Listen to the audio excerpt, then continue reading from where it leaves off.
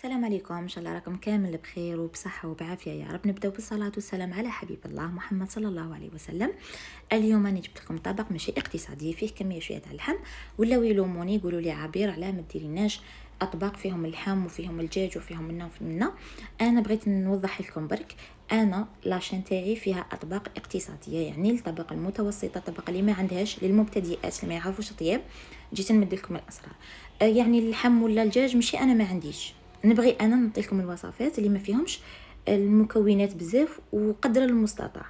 اليوم كي بغيتوا الاطباق اللي فيهم اللحم، انا جبت لكم طاجين الجلبانه، مرق احمر باسكو حنا ناس الوسط والغرب نديروا المرقه تكون حمراء، ناس الشرق والجي وكلش يديروها مرقه بيضاء. جبت طنجره درت فيها كميه تاع زبده وسمن، درت يعني قطع اللي كانوا متواجدين عندي تاع اللحم البقري، ما درت نغنمي. درت كل شيء في بعض في الطاجين، بصل معدنوس مقطع، الزروديه مقطعه، التوابل اللي هي ملح، حرور، كركم، شويه نتاع القرفه وشويه نتاع البابريكا اللي هي فلفل احمر حلو.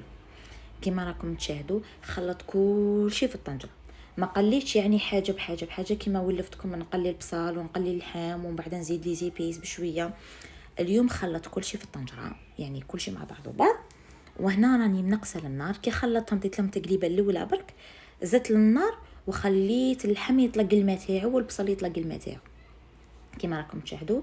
لهنا راني نسي ندخل هذوك لي زيبيس في اللحم باش ينسم لي اللحم وينسم لي الجزر وكل شيء.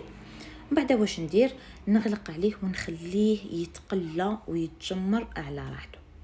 مره على مره نعاود نجي ونطلع عليه كيما راكم تشاهدوا. لهنايا اللحم دخلوا شويه نتاع الطياب، يعني هذيك الطبقه البرانيه كنت زايده للنار، طابت لي يعني الغلاف تاع اللحم هذيك، والخضره لنا مع البصله كانوا مازال ما ذبالوش.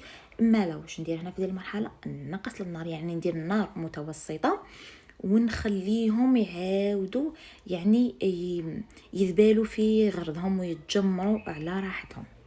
ونعطي لكم كيما العاده السر تاع الطياب في التقليه هي كل شيء في الطياب. تعطي لكم هذيك البنه، دي فوا طيبي اللحم بالدجاج ديري كاع صوالح وما كلتك ما تجيش بنينه. علاه؟ باسكو التقليه زربتي فيها وقويتي لها الماء. انا هنايا خليت كل شيء طلق معاه كما راكم تشوفوا. هذه الكميه اللي من الفوق اللحم طلقها لي باسكو كان فيه شويه تاع الشحم، وجا راكم تلاحظوا في هذه شحمه، والبصله طلقت معها كلش، خليتهم طلقوا. ومن بعد واش درت، زدت عليهم كميه تاع الماء غالي، قيس لتران تاع الماء غالي باسكو راني حنزيد من بعد الجلبانه وكل شيء. نعطي لها تقليبه خفيفه كما راكم تشاهدوا. هنا اللي يبغي المرقه يزيد لها يعني يدير بكميه شويه زايده تاع الحمار اللي هو فلفل احمر حلو، ودي فوا يبغوا يزيدوا الطماطم، دي فوا كل واحد واش يبغي يزيد. هنايا في المرحله زدت قطعت عليها 2 حبات نتاع البطاطا كانوا صغار، 2 حبات بطاطا صغيورين هذوك تاع لا بيوري، قطعتهم هكا يعني على شكل اصابع. ومن بعد زدت الجلبانه كونجلي، هنا كان عندي 250 غرام تاع جلبانه، يعني نص ارطل كما راكم تشاهدوا. ضربت لهم تقليبه خفيفه، غلقت عليهم خليتهم يكملوا طياب. من بعد في المرحله ما قبل الاخيره قطعت حبه طماطيش كبيره وقطعتها هكا يعني مكعبات وزدتها. اللي يبغي يزيدها حبه كومبلي قيسها في المرقه ويخليها تطلق الماء تاعها وتعطي له مرق ابيض، دي فوا تقطعيها ولا زيدي طماطم مصبره على جنب باش تعطيك مرق احمر. من بعد غلقت عليهم خليتهم يتجمروا وكملوا طياب. وهاوينيه في صحن التقديم كما راكم تشاهدوا. اللحم طاب زبده، الجلبانه ما شاء الله، الخضره راهي زبده كما راكم تشاهدوا. نقول لكم شهيتكم في الجنه، الى وصفه اخرى ان شاء الله، ونخليكم على خير. ونقول لكم ما تنساونيش بالبارطاج والجيم والاشتراك في القناه. والسلام عليكم ورحمه الله تعالى وبركاته.